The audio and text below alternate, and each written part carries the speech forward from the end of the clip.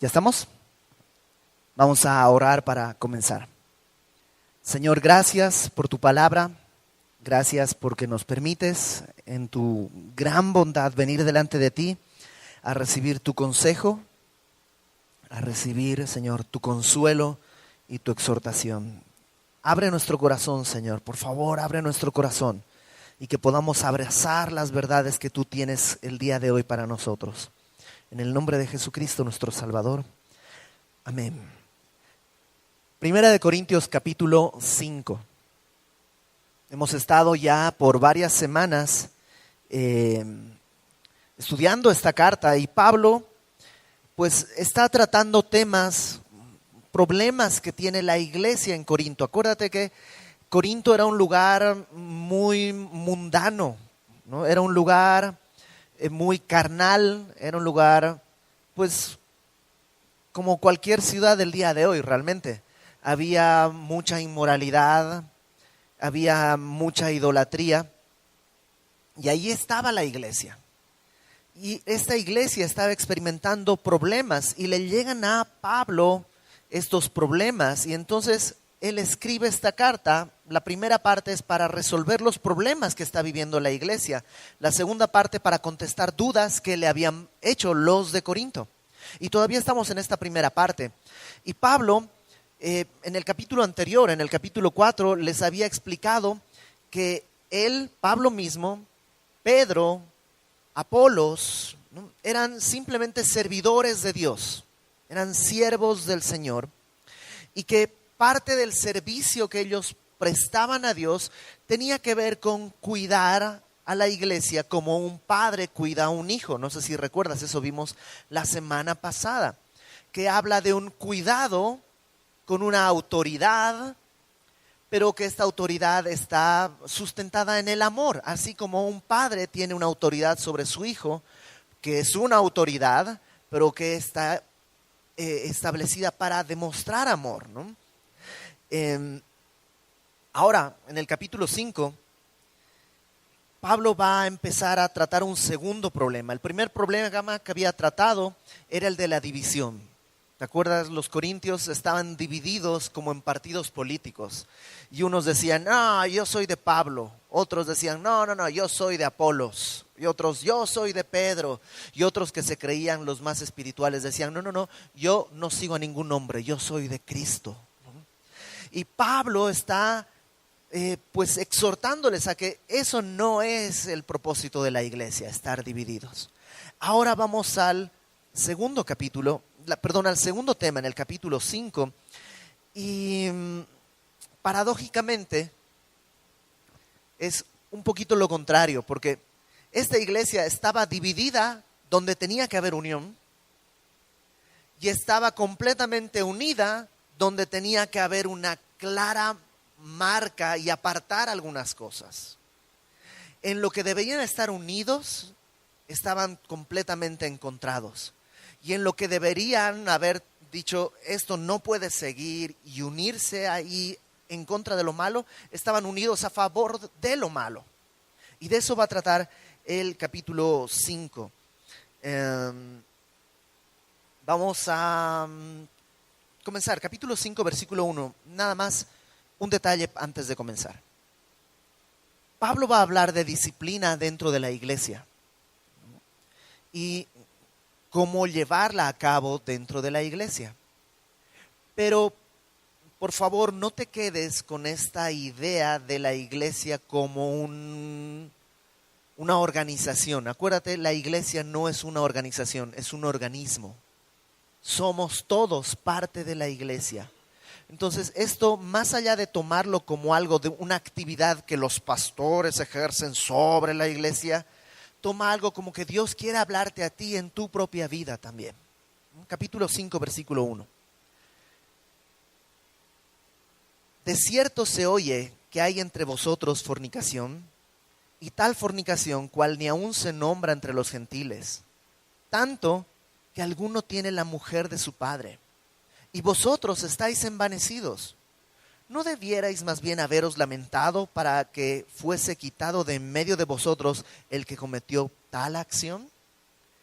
Al respecto de la disciplina y la relación de la iglesia con el pecado, Pablo nos dice, en primer lugar, el pecado debería producir lamento. La iglesia debería lamentarse por el pecado, debería doler el pecado. Déjame regresar, vamos paso a paso. Dice Pablo, de cierto se oye entre vosotros, que hay entre vosotros fornicación. La palabra fornicación en griego, que es el idioma en el que está escrito el texto original, es la palabra porneia, de donde viene, por ejemplo, la palabra pornografía en nuestro español actual. Y la palabra porneia habla en la Biblia, tú la puedes revisar en todos los contextos, habla de toda actividad sexual fuera del orden de Dios. Puede llamarse adulterio, a veces se usa la palabra porneia para definir el adulterio, es decir, alguien que está traicionando su voto de fidelidad a su esposa o a su esposo. Puede también hablar de actividades de tipo homosexual o relaciones fuera del matrimonio.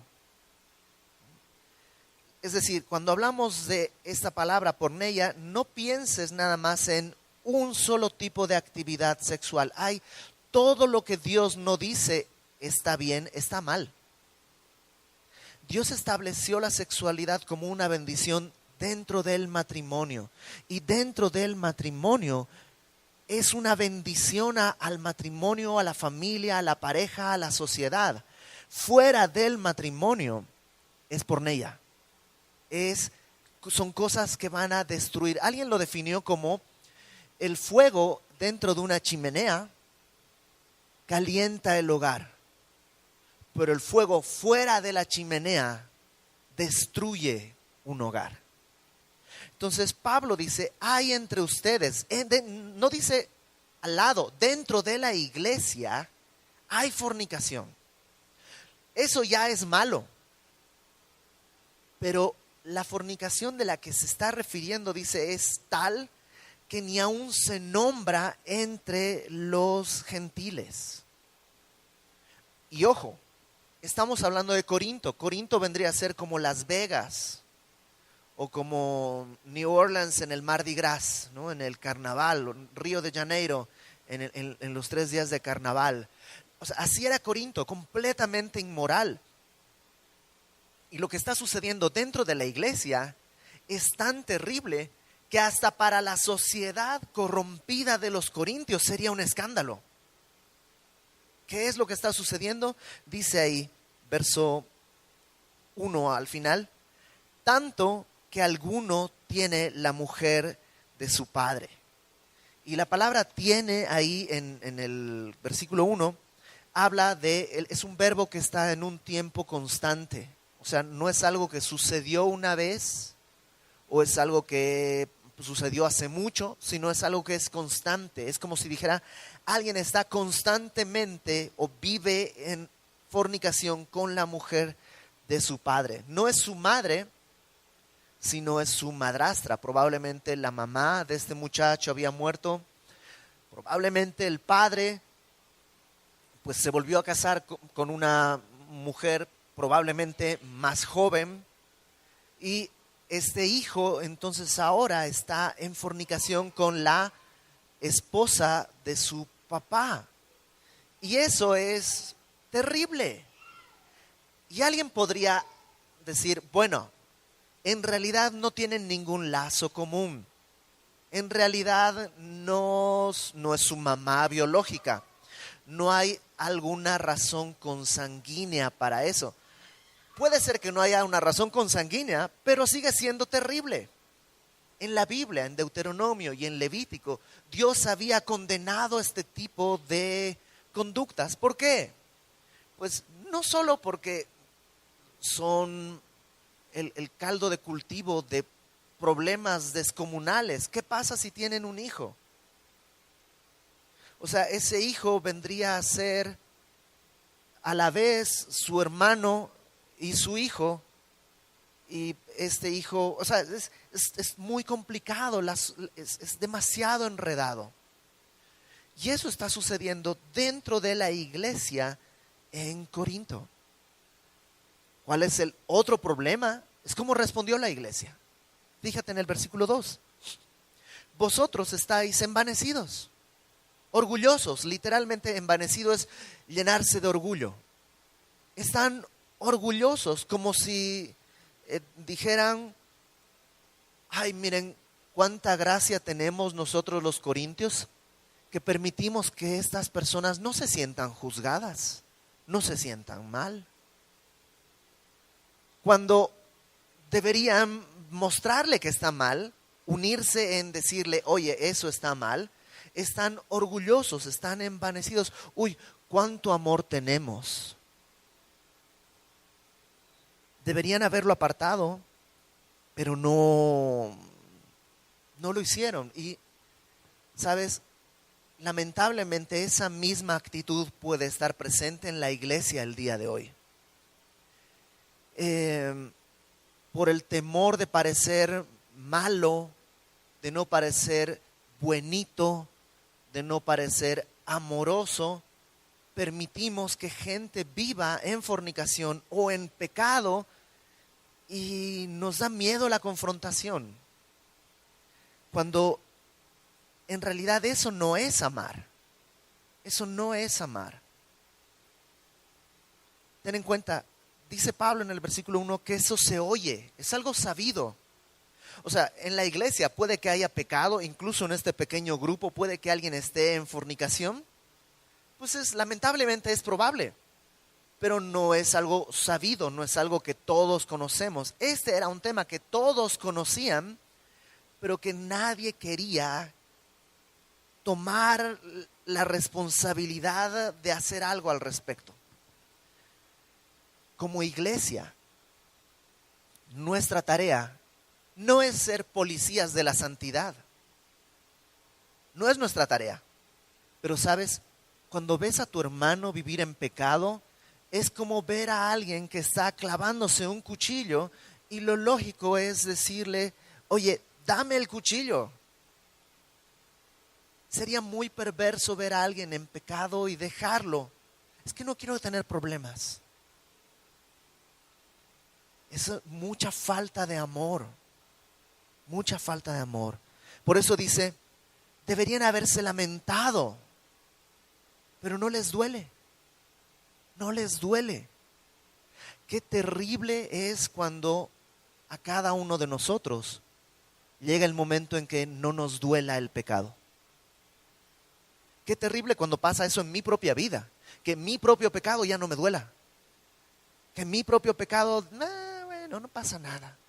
Dios es amor, la iglesia me tiene que perdonar, mi familia me tiene que perdonar, o no son cristianos, no dice Jesús que pongan la otra mejilla. Y así nos hacemos todo un coco wash y todo se resume en que el pecado ya no me ha dolido, mi propio pecado no me duele. Cuando eso invade toda la iglesia, en realidad la iglesia está en un problema muy serio. Por eso dice Pablo, número 1, deberían haberse lamentado por el pecado. Ahora, número 2, deberían juzgar el pecado. Fíjate, versículo 3. Ciertamente yo, como ausente en el cuerpo, pero presente en espíritu, ya como presente he juzgado al que tal cosa ha hecho. Es otro asunto difícil en estos últimos tiempos, ¿no? En estos últimos tiempos, juzgar algo es siempre, no tienes, ¿quién eres tú para juzgarme? ¿Por qué me juzgas? ¿Quién eres tú para decirme eso? Como que la gente se ha vuelto de piel muy sensible. Pero Pablo es muy claro. En temas de pecado, Pablo no dice, bueno, voy a orar al respecto. Él dice, yo ya he juzgado al que tal cosa ha hecho. No tiene que averiguar, pero ¿por qué a lo mejor de niño sufrió muchos problemas y tenía pues mucha necesidad? A lo mejor pues su papá es un descuidado de su nueva esposa y entonces por eso la esposa nueva pues encontró afecto y consuelo en el hijo y eso. O sea, Pablo no dice hay que averiguar qué fue lo que pasó. Pablo dice esto está mal sin dudas ya juzgué esto. ¿Podemos juzgar?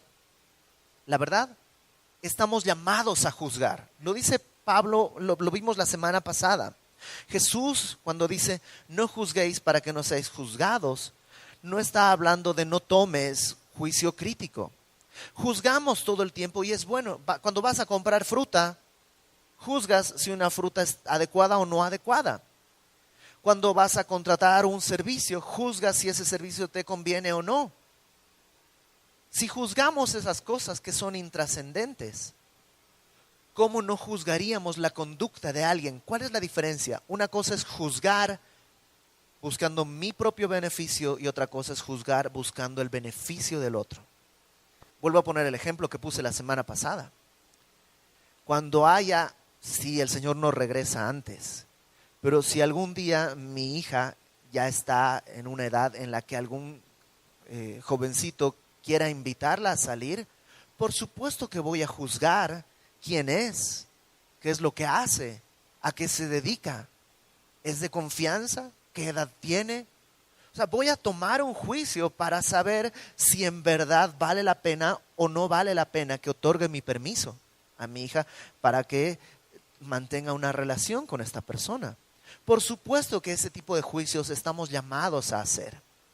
Y este hombre estaba cometiendo un pecado abiertamente. Y Pablo dice, ya he juzgado. Ahora, déjame hacer algo muy entre paréntesis, pero importante. Dice en el verso 3, presente en espíritu, ya como presente he juzgado al que tal cosa ha hecho. Y por este versículo muchos tienen una doctrina muy extraña de que se pueden hacer cosas así en espíritu y tiene que ser como con poder. Así yo en mi espíritu, ¿no? Y así yo voy para allá y casi como que se desdobla Pablo y llega al otro lado en ese tipo de cosas. Es mucho más sencillo. Pablo simplemente está diciendo, esta carta que están leyendo lleva mi voluntad muy clara. No necesito estar presente para ejercer mi autoridad apostólica. Con esta carta es suficiente y ustedes saben qué es lo que pienso al respecto. A eso se refiere cuando dice, estoy fuera, pero aquí lleva mi voluntad en esta carta. Ustedes saben qué es lo que yo creo y yo ya he juzgado. Verso 4. En el nombre de nuestro Señor Jesucristo, reunidos vosotros y mi espíritu, con el poder de nuestro Señor Jesucristo, el tal sea entregado a Satanás para destrucción de la carne, a fin de que el espíritu sea salvo en el día del Señor Jesús. Ok, ¿cómo juzgamos entonces? Yo creo que Pablo nos muestra aquí qué elementos tienen que haber para poder juzgar algo. Y el primer elemento está en el verso 4. En el nombre de nuestro Señor Jesucristo. Para juzgar algo, debe ser en el nombre de nuestro Señor Jesucristo. ¿Y qué es esto? No es una fórmula mágica, ¿no? Como que cuando oramos para que Dios te obedezca, tienes que decir en el nombre del Señor Jesucristo.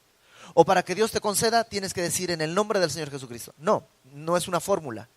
La frase en el nombre de nuestro Señor Jesucristo quiere decir en la naturaleza de Cristo, o si tú quieres, como si Cristo estuviera pidiendo esto.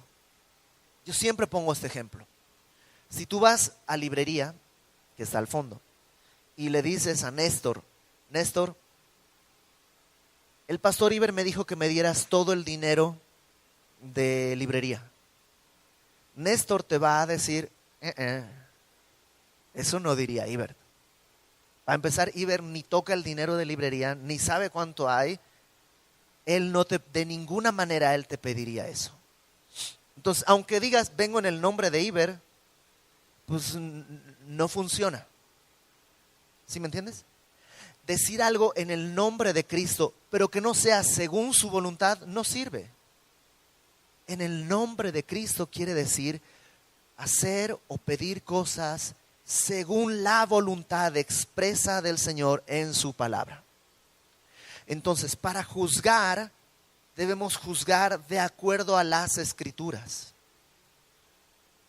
Si este hombre está viviendo de una manera contraria a las Escrituras, podemos juzgar eso está mal. ¿Por qué?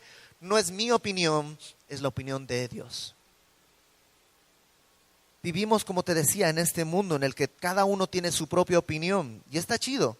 Pero todas las opiniones son eso, opiniones. La palabra no es una opinión. La palabra es la verdad. Y si esto es la verdad, por definición, no una verdad, sino la verdad, todo lo que no está aquí es mentira. Entonces, para poder juzgar, debemos hacerlo en el nombre de nuestro Señor Jesucristo. En segundo lugar, dice, vosotros y mi espíritu. O sea, Pablo no está haciendo algo completamente aislado y autoritario. Está diciéndoles, a ver, ustedes consideren, ¿está bien o está mal? Y tomemos juntos este asunto en las manos. Pablo está invitando a la iglesia a que haga lo correcto. Y cuando me toca juzgar algo, creo que es importante no hacerlo yo solo autoritariamente, sino en comunión con hermanos en la fe. Ha pasado, todavía no ha pasado en esta iglesia, recién vamos 2 años y recién estoy 6 meses viviendo acá, pero ha pasado mucho que en la iglesia hay alguien que está haciendo algo malo y lo primero que tenemos que hacer es averiguar, ¿en verdad es malo o me parece malo? Porque es distinto. Si me parece malo pero no es contrario a las Escrituras, nomás me parece malo. Si es contrario a las Escrituras, entonces está mal. En segundo lugar, el consejo de otros hermanos maduros en Cristo. Oye, está sucediendo esto con tal persona, ¿cómo ves? Y a lo mejor la conversación ahí con los otros pastores va así. ¿Y hablaron con él? Sí, ya hablamos con él. ¿Y qué, cómo demostró? Pues al principio no lo negó, pero ahora dice que es mentira. Y ya volvieron a hablar con él, y ya oramos por él. O sea, en el consejo de otros, entonces se llega a la decisión, ok, es necesario traer disciplina sobre esa persona. Pero no es una cuestión autoritaria, sino en comunión con la iglesia. Y en tercer lugar dice, con el poder de nuestro Señor Jesucristo.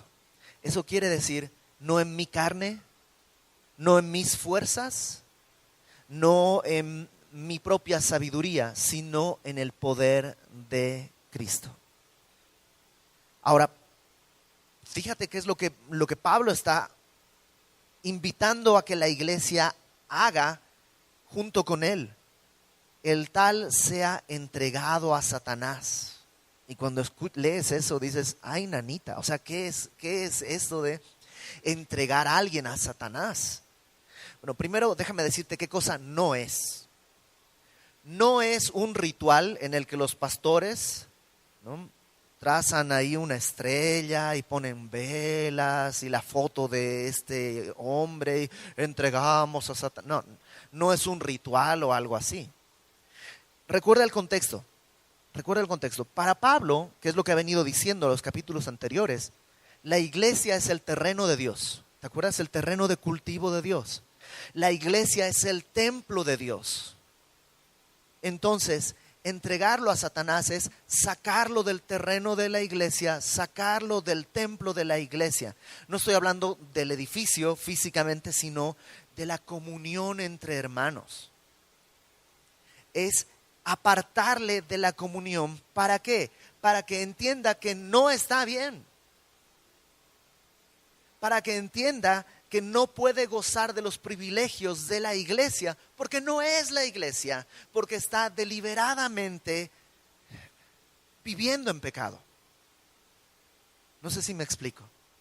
Entonces, entregarlo a Satanás no es un ritual y ahora te vamos a entregar a Satanás. Simplemente es decir, ok, fulanito no quiere escuchar la reprensión, ya hemos hablado con él, pues a partir de ahora considerémoslo incrédulo, no es parte de la iglesia. Fíjate lo que dice Mateo 18. Mateo 18, versículo 15. Mateo 18:15, es Jesús el que está hablando y dice, por tanto, Mateo 18:15, si tu hermano peca contra ti, ve y repréndele estando tú y él solos. Si te oyere, has ganado a tu hermano. Mas si no te oyere, toma aún contigo a uno o dos, para que en boca de 2 o 3 testigos conste toda palabra.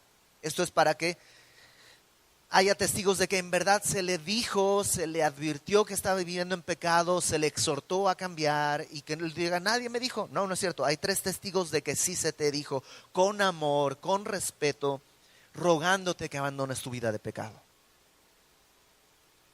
Si no lo oyere ellos, dilo a la iglesia. Si no oyere a la iglesia, tenle por gentil y publicano. ¿Y qué hace con alguien que es gentil y publicano? ¿Qué necesita ese gentil y publicano? El evangelio. O sea, el propósito no es, ay fuchi, un pecador dentro de la iglesia, quién sabe cómo se metió, a ver, sáquenlo. Uy, uy. Porque entonces, ¿quién queda? El propósito es amarle. ¿Para qué? Para que pueda entender su necesidad de arrepentimiento, porque Dios le está dando una oportunidad para pasar de muerte a vida. Pablo en 1 Corintios 5 lo que dice es, se ha entregado a Satanás para destrucción de la carne. Ahora, destrucción de la carne no es destrucción del cuerpo, porque muchos piensan, sí, vive en fornicación para que le dé sida y se muera y a ver si así aprende. Muerto no aprende mucho. La carne no es el cuerpo.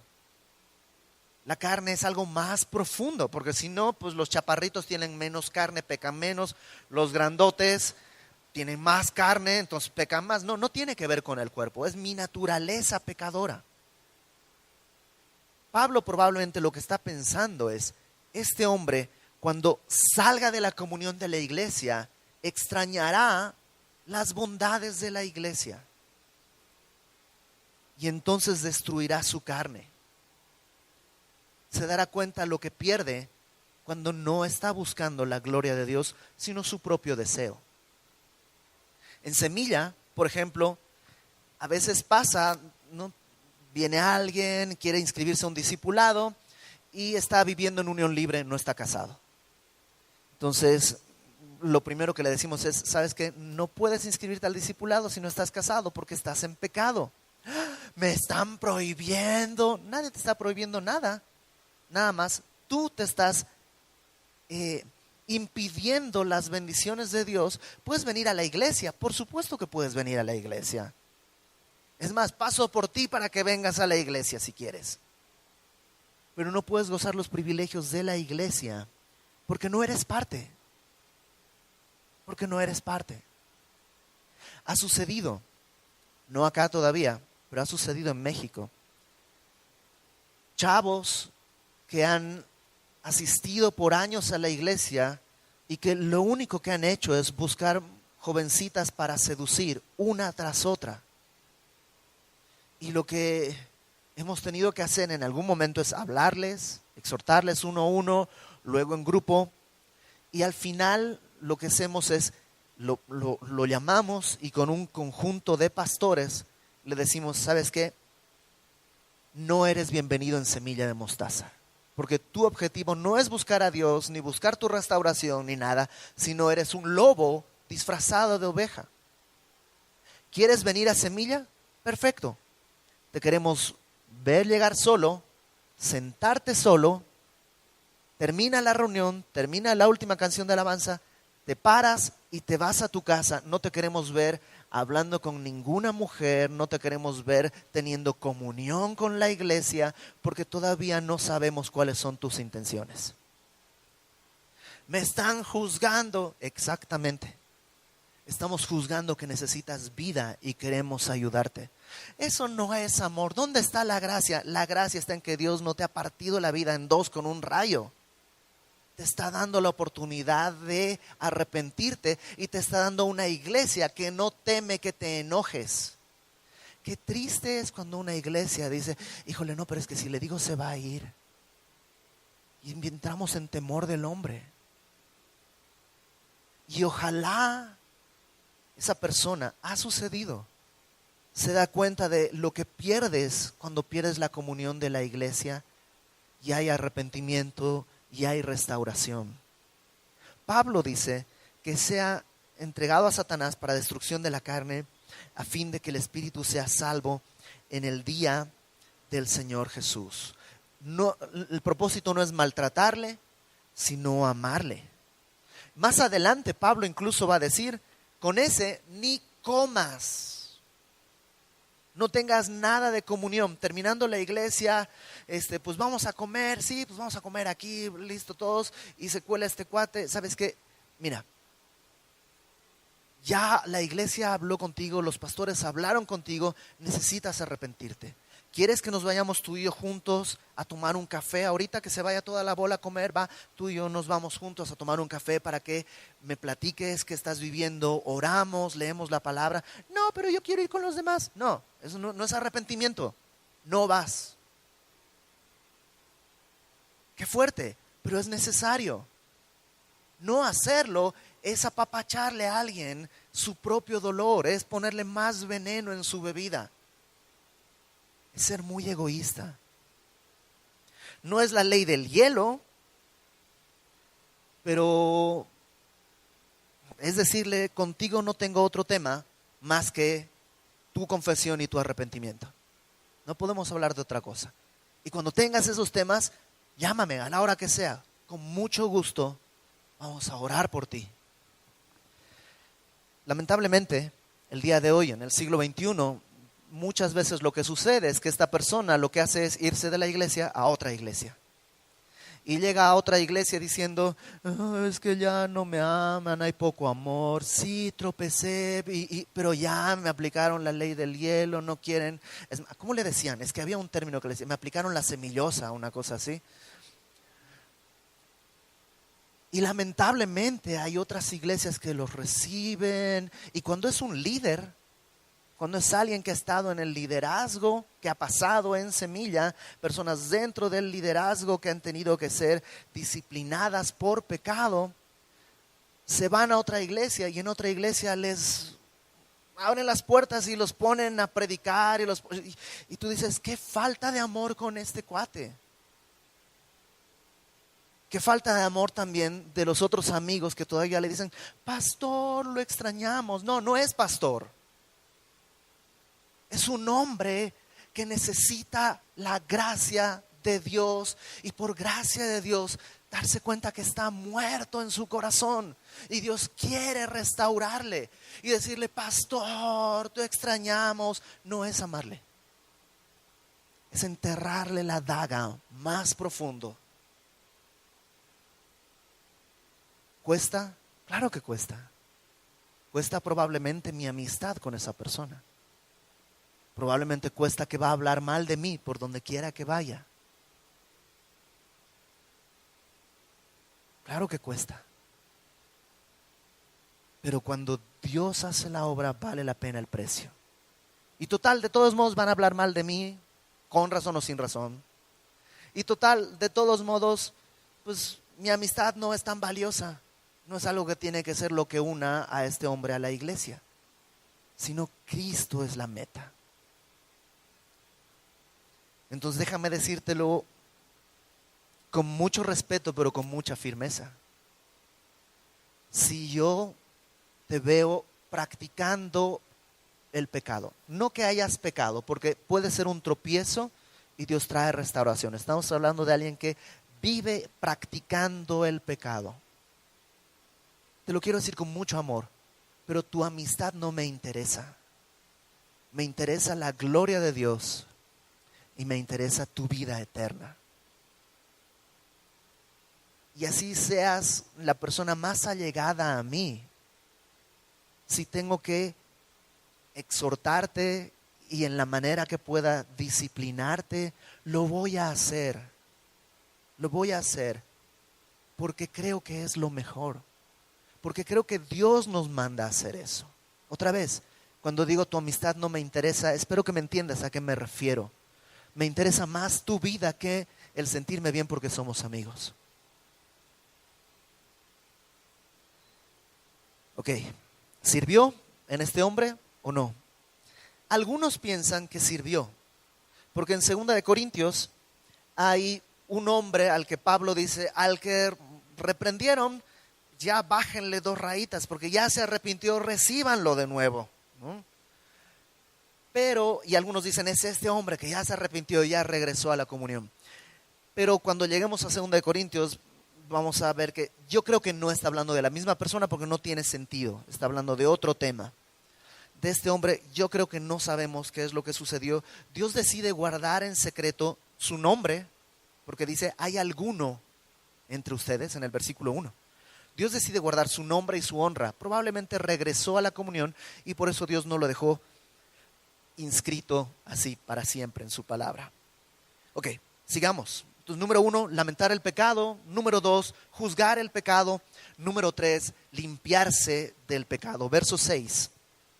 Pablo les dice, no es buena vuestra jactancia. Eso de que se crean, somos una iglesia que ama a los pecadores. Sí, los ama y los mata. No es bueno que se jacten de ser tan buenitos. El amor no es así. El amor no hace nada indebido. 1 Corintios 13, lo vamos a ver más adelante. El amor no es vanidoso, no busca lo suyo. No es buena vuestra jactancia. ¿No sabéis que un poco de levadura leuda toda la masa? En la Biblia la levadura es un símbolo del pecado. ¿Por qué? Porque es un poquito, es chiquitito, ¿no?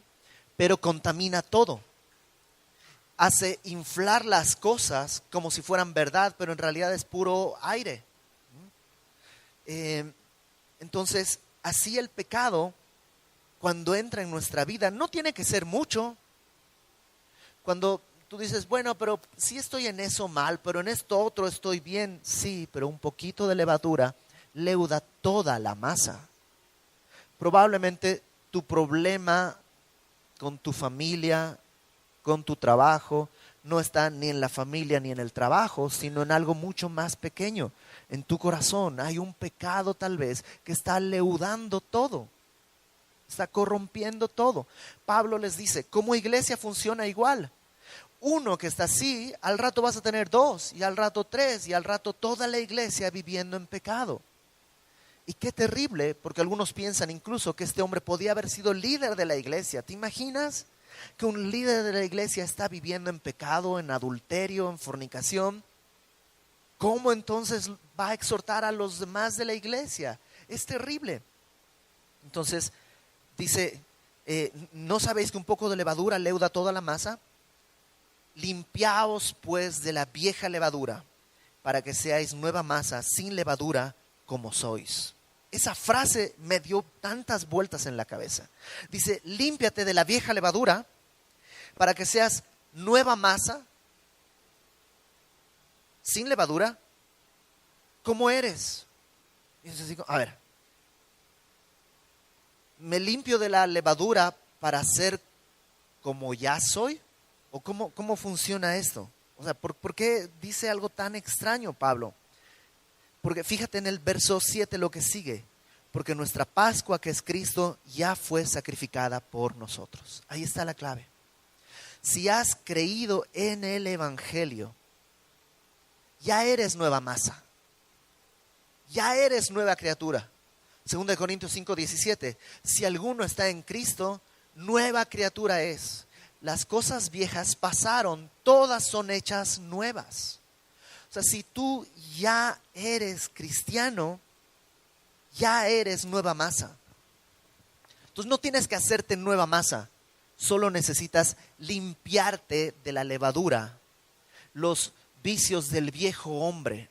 Despojaos, dice Pablo en Efesios, del viejo hombre que está viciado conforme a los deseos engañosos. Y revestíos del nuevo hombre creado según Dios en la justicia y santidad de la verdad. Entonces, yo ya soy nueva masa. Cristo me ha hecho. ¿Cómo lo hizo? Pagando por mí en la cruz. Por eso dice, acuérdate, nuestro Cordero, el Cordero que quita el pecado del mundo, ya fue sacrificado. En la mente de Pablo viene la historia en el Antiguo Testamento. Si tú la recuerdas, en el Éxodo, cuando el pueblo de Israel estaba como esclavo en Egipto, ya iban a salir al día siguiente. Esa noche iban a salir de Egipto ya libres. Entonces Dios les dice, hagan pan sin levadura. hagan pan sin levadura. Y esa noche sacrifiquen un cordero y pinten así el dintel de la puerta, porque la muerte va a descender y va a tomar la vida de cada primogénito, a no ser que vea la sangre del cordero. Si ve la sangre del cordero, entonces saltará, pasará por alto esa casa. En hebreo, Pesaj quiere decir pasar por alto. Pascua es eso, pasar por alto. Y obviamente es un símbolo de lo que Cristo hizo. Cristo es ese cordero puesto en la cruz por nosotros.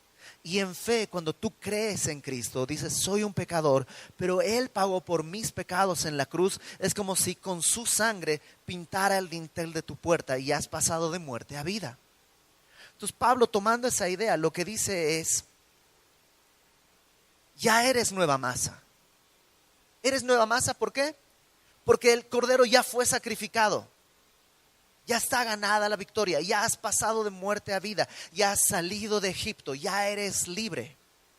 Pero necesitas limpiarte de toda levadura. Así que, si alguien está viviendo en pecado, necesita ser disciplinado. Para el bien de la iglesia, para la comunión de la iglesia. Pero no lo veas solo así, puedes verlo a tu vida. ¿Hay algún área de tu vida que está en pecado, viviendo en pecado? Cristo te ha hecho una nueva criatura. En verdad ya te ha hecho una nueva criatura. Límpiate. ¿Te acuerdas de Pedro cuando el Señor Jesús está lavando los pies de sus discípulos? Llega con Pedro y le dice, te voy a lavar. Y Pedro dice, no, Señor, ¿cómo crees? ¿Tú vas a lavarme los pies a mí? No, eso no puede pasar. Y Jesús le dice, si no te lavo los pies, no tendrás parte conmigo. Entonces Pedro le dice, pues si de eso se trata, pues lávame los pies, la cabeza, el cuerpo, lávame por completo. Y Jesús le dice, no, tampoco. Ustedes ya están limpios por la palabra que les he hablado. Solo necesitas lavarte los pies. Si ya has creído en el Evangelio, solo necesitas lavarte los pies. Pero necesitas lavarte los pies. Todos los días necesitamos quitar la levadura. Ahora, dice en el verso 8. Así que celebremos la fiesta. Me encanta. Pablo comenzó diciendo, lamentense por el pecado. El pecado debe producir eso, luto, dolor, muerte. Pero gracias a Cristo podemos también celebrar una fiesta. ¿Por qué dice? Celebremos la fiesta no con la vieja levadura, ni con levadura de malicia y de maldad, sino con panes sin levadura, de sinceridad y de verdad. Gracias a Cristo podemos celebrar una fiesta con unos nuevos panes sin levadura. Dice, de sinceridad y de verdad. Y me encantan estas dos cosas. ¿De qué habla sinceridad? Pues de entender quién soy. Si yo dijera, gracias a Dios esta semana no pequé, sería insincero, sería mentira. No es cierto. Sinceridad habla de venir con mi propia y triste y miserable realidad de soy un pecador. Pero verdad habla de entender la otra parte. Sí, soy un pecador, pero Cristo ha pagado por mis pecados. Las dos cosas son necesarias. La manera en la que yo me acerco, sin hipocresía, pero también entender que la verdad es que Cristo en su sacrificio ha hecho lo suficiente para rescatarme. Eso hacemos cada que celebramos la Cena del Señor, ¿se acuerdan? Decimos, cada quien júzguese a sí mismo. El que haga esto indignamente será culpado del cuerpo y de la carne del Señor. ¿Quién es digno? Nadie. Ok, si entiendes que no eres digno, entonces puedes pasar a la mesa, porque la verdad es que Él nos ha comprado con su sangre. Por eso dice, celebremos con una fiesta con panes sin levadura, de sinceridad y de verdad. Para terminar, algunas aclaraciones que Pablo hace, versos 9 al final. Os he escrito por carta para que no os juntéis con los fornicarios. Parece que ya hemos platicado esto, pero Pablo tuvo una correspondencia con los corintios. Y en alguna correspondencia les dijo, no se junten con los fornicarios. Y ellos malinterpretaron eso, no sé si a propósito o sin querer, pero malinterpretaron y dijeron, ok, pues entonces yo trabajo para mi jefe, pero mi jefe es fornicario, lo tengo que, fuchi, no voy a trabajar ahí. Y se empezaron a quitar de los fornicarios externos, pero tenían a este cuate dentro de la iglesia. Entonces Pablo les aclara, no absolutamente con los fornicarios de este mundo, o con los avaros, o con los ladrones, o con los idólatras, pues en tal caso os sería necesario salir del mundo. Pues ¿dónde busco trabajo si no voy a juntarme con pecadores? Ni en la luna, porque cuando llegues a la luna ya hay un pecador por lo menos. O sea, dice Pablo, no estoy hablando de el mundo, sino fornicarios de la iglesia, verso 11. Más bien os escribí que no os juntéis con ninguno que llamándose hermano fuere fornicario, avaro, idólatra, maldiciente, borracho o ladrón. Con el tal ni aún comáis. No dice que hubiera cometido esto, porque más adelante vamos a ver que todos los corintios vienen de ahí. Todos los corintios eran fornicarios, ladrones, idólatras, de ahí Dios los rescató.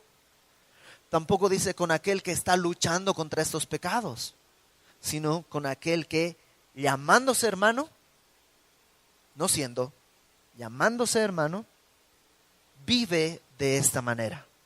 Con el tal ni aún comáis. Y esta frase puede significar dos cosas. Uno, en aquella época la comida era algo muy íntimo. No era el día de hoy tú y yo podemos sentarnos a comer en una plaza y alguien se sienta en la mesa y comemos sin problema, ni hablamos con el que está ahí enfrente y ya. En aquella época la comida era algo muy íntimo. Y entonces participar de la comida implicaba tener comunión con otra persona. Entonces puede referirse a eso, no tengan comunión con esa persona. El día de hoy diríamos, exhórtalo, ayúdale, o sea, si se le cae una pluma, levántasela, todo lo normal, pero no te vayas a comer con él, no le hagas creer que está todo bien, no hagas eso. Por otro lado, algunos otros piensan que se refiere a una costumbre que tenían en aquella época. Al final de la reunión en la iglesia, tenían lo que le llamaban un ágape. Un ágape era que se reunían a comer todos. Algunas iglesias el día de hoy todavía lo hacen así, ¿no? Que cada quien trae su itacate y entonces después de la reunión, después del sermón, sacan, comen todos juntos. Así era en esa época. Y celebraban la cena del Señor ahí. Entonces probablemente dicen algunos, Pablo está diciendo, sí, que vaya a la iglesia, que escuche el mensaje y que se vaya a su casa. No lo reciban después a la comunión porque no es un hermano, es un lobo. Verso 12. ¿Por qué no reunir, por qué tratar así a los que son de la iglesia pero están viviendo en pecado? Pero si viene un invitado que no es cristiano, ¿por qué si decirle, quédate, vamos a comer? ¿Por qué tratar distinto a los de fuera? Dice el verso 12. ¿Qué razón tendría yo para juzgar a los que están fuera? O sea, Pablo dice, mi autoridad es para la iglesia, no soy una autoridad política, soy una autoridad de la iglesia. Por esto pareciera que la mujer no es cristiana. O sea, este chavo o este señor que vive con la esposa de su papá, sí asiste a la iglesia, pero la mujer parece que no. Por eso dice, yo no juzgo a los de afuera, por eso no la menciona a ella para nada. ¿No juzgáis vosotros a los que están adentro? Porque los que están afuera, Dios juzgará. Quitad pues a ese perverso de entre vosotros. En la última frase, algunos manuscritos la entienden, la traducen más bien como, quitad pues a cualquier perverso de entre vosotros, haciéndolo algo más general, no solo a este hombre, sino cualquiera que esté viviendo así, quítalo. Qué fuerte. Déjame terminar con esto. Si ves a alguien que esté en pecado, en primer lugar, que te duela. O sea, si no te duele, pídele a Dios que te duela. Porque no se trata de ir a corregir porque a mí me gusta que las cosas estén bien. No, tiene que ser amor. Y para que haya amor, te tiene que doler el pecado de otro. Yo recuerdo hace como 10 años, yo creo, hubo un pastor que cayó en pecado. Y el pastor Fermín nos habló a otros, nos reunimos así de emergencia en la oficina y nos platicó, sucedió esto con tal persona. Y ¿qué hacemos? ¿Qué hay que hacer con esto? ¿Hay que decirlo a la iglesia? ¿No hay que decir? ¿Qué hacemos? ¿No? Y estábamos ahí como tratando de ver qué sería lo mejor. Cuando otra persona, otro pastor que estaba ahí, así después de un rato, estaba agachado y se levanta y dice, ¿saben qué? Este chavo está muerto, hay que ir y rescatarlo. Y empezó a llorar, a llorar, a llorar, a llorar, a llorar, a llorar, a llorar, porque le dolió el pecado de este hombre que había cometido. Entonces se pudieron hacer todas las cosas. En este caso, y no te voy a decir quién, pero Dios lo restauró. Y Dios lo restauró después de años, de mucho, mucho dolor. Dios lo restauró a seguir sirviéndole. Pero fue por eso, porque hubo alguien que se lamentó por su pecado. Hubo alguien que lo amó lo suficiente como para poner un alto y bajarlo del púlpito y no dejarlo ahí que siga. Pues total, la misericordia de Dios es nueva y que siga. No, fue dolorosísimo. Años de dolor, de mucho dolor. Pero Dios hizo su obra. Así que si ves a tu hermano pecar, primeramente laméntate. Si no hay dolor, pídele, ruégale a Dios que haya dolor por el pecado de otro. Luego, juzga el pecado. O sea, dile pecado al pecado y dile lo que estás haciendo está mal. No es mi opinión, es según Cristo, es según la palabra. Lo que estás haciendo está mal. Y luego, ayúdale a limpiarse. Ora por él, habla con él, ámale de su restauración. Si quiere ir al cine, dile, no estás para ir al cine, estás para ir al cementerio. Yo te quiero ayudar. Si no te escucha, pues no lo odies. Solo preséntale el evangelio. Reúne 2 o 3 hermanos en Cristo, maduros, que puedan ir y hablar con él y exhortarle. Y si no, pues entonces es tiempo de decirme a mí que lo veamos como iglesia. Ojo, otra vez, si ves a alguien que está en pecado, no si piensas que está en pecado, o si crees que está en pecado, o si te han dicho que está en pecado. Eso es chisme. Otra cosa, si tú un día estás así, te ruego algo. Recibe la disciplina de Dios. Sí, hay 1000 iglesias en Querétaro. No te vayas. No porque sea la mejor, sino porque si Dios aquí está estableciendo disciplina hacia tu vida, es porque quiere rescatarte. Quiere rescatarte. No te vayas. Si Dios te quiere disciplinar, no te escapes. ¿Es más fácil irte? Sí. Pero el camino va a ser más doloroso. Ya una vez que Dios te haya restaurado, entonces tal vez podrás irte. Mi intención no es que te quedes en semilla, porque sí. Pero si aquí Dios te quiere disciplinar, no te vayas. En serio. Y si algún día, neta, te doy un zape, no físico, pero un zape espiritual y celestial, y hasta me ves enojado, es porque necesitas disciplina. Pero es por amor. Es por amor. Ahora, déjame aterrizar a las cosas individuales y con esto terminamos. Porque creo que hay algo para cada uno de nosotros. Aun si no estás viviendo en pecado el día de hoy, hay algo importante. el pecado siempre tiene que traer dolor. Todos los días pecamos. No te acostumbres. Pues es que así soy. No te acostumbres. El pecado tiene que traer dolor. Así sea diario, debe traer dolor. Si no te está doliendo tu pecado, pídele a Dios que abra tus ojos. Tiene que traer dolor. Número 2, juzga tu pecado. No le digas, pues es que no es para tanto, es que todos lo hacen. No, júzgalo. Es malo, es malo, es malo. Y número 3, no te quedes ahí. Límpiate de tu pecado. Si tú dices, pero es que así siempre he sido. Sí, hasta que Cristo te hizo una nueva criatura, ya no eres así. Hasta que Cristo te hizo una nueva criatura. Ahora eres distinto, eres una nueva masa. ¿Con qué limpiará el joven su camino? Con guardar su palabra. Dios quiere limpiarte. Ven a su palabra. No te engañes. Cristo es bueno y por su bondad Él quiere limpiarte.